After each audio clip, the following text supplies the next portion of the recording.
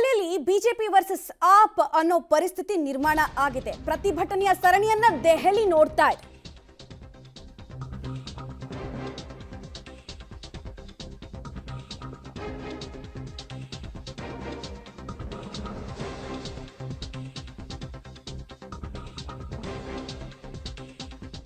ಅಬಕಾರಿ ನೀತಿ ಹಗರಣವನ್ನು ಖಂಡಿಸಿ ಬಿಜೆಪಿ ಪ್ರತಿಭಟನೆಯನ್ನ ನಡೆಸ್ತಾ ಇದೆ. ಸಿಎಂ ಕೇಜ್ರಿವಾಲ್ ರಾಜೀನಾಮೆಗೆ ಬಿಜೆಪಿ ಪಟ್ಟು ಹಿಡಿತಾ ಇದೆ.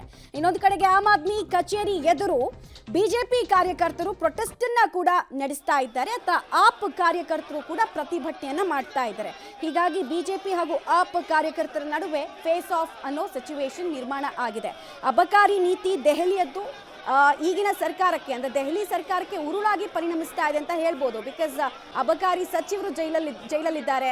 ಈ ಕಡೆಗೆ ಮನೀಶ್ ಸಿಸೋಡಿಯಾ, ಸಂಜಯ್ ಸಿಂಗು, ಸತ್ಯೇಂದ್ರ ಜೈನು ಇವರೆಲ್ಲರೂ ಕೂಡ ಇದೇ ಅಬಕಾರಿ ನೀತಿಯ ಕಾರಣಕ್ಕೋಸ್ಕರ ಜೈಲಲ್ಲಿ ಕಂಬಿ ಎಣಿಸೋ ಸ್ಥಿತಿಯಲ್ಲಿದ್ದಾರೆ. ಆಮೇಲೆ ಇಡಿ ಇದೇ ವಿಚಾರವಾಗಿ ವಿಚಾರಣೆಗೆ ಹಾಜರಾಗಿ ಅಂತ ಪದೇ ಪದೇ ನೋಟಿಸ್ ಅನ್ನ ಕೂಡ ಅರವಿಂದ್ ಕೇಜ್ರಿವಾಲ್ಗೆ ಕೊಡ್ತಾ ಇದೆ. ಇದರ ಬೆನ್ನಲ್ಲೇ ಈ ಪ್ರತಿಭಟನೆಯ ತೀವ್ರತೆ ಎಷ್ಟರ ಮಟ್ಟಿಗಿದೆ ಅನ್ನೋದನ್ನ ನೀವು ದೃಶ್ಯಾವಳಿಗಳ ಮೂಲಕ ನೋಡ್ತಾ ಇದ್ದೀರಾ. ಬ್ಯಾರಿಕೇಡ್ಗಳೆಲ್ಲ ಕಿತ್ತೆಸೆದು ಮೇಲ್ಹತ್ತಿ ಆಕ್ರೋಶವನ್ನ ಎರಡೂ ಪಾರ್ಟಿಯವರು ವ್ಯಕ್ತಪಡಿಸ್ತಾ ಇದ್ದಾರೆ. ಬ್ಯಾಕ್ ಡ್ರಾಪ್ ಏನು ಅಂತ ಕೇಳಿದ್ರೆ ಅಬಕಾರಿ ನೀತಿಯ ಹಗರಣ. ಈ ಅಬಕಾರಿ ನೀತಿಯಲ್ಲಿ ಹಗರಣ ನಡೆದಿದೆ. 2800 ಕೋಟಿಯಷ್ಟು ದೆಹಲಿ ಸರ್ಕಾರಕ್ಕೆ ಲಾಸ್ ಆಗಿದೆ ಅನ್ನೋದು ಬಿಜೆಪಿಯ ವಾದ. ಇದರಲ್ಲಿ ನಮ್ಮ ಸರ್ಕಾರವನ್ನ ಸಿಕ್ಕಿ ಹಾಕಿಸೋ ಕೆಲಸವನ್ನ ಮಾಡ್ತಾ ಇದೆ ಅನ್ನೋದು ಆಮ್ ಆದ್ಮಿ ಪಾರ್ಟಿಯ ವಾದ. ಹೀಗಾಗಿ ಇಬ್ಬರ ಪ್ರತಿಭಟನೆ ತಾರಕಕ್ಕೇರಿದೆ.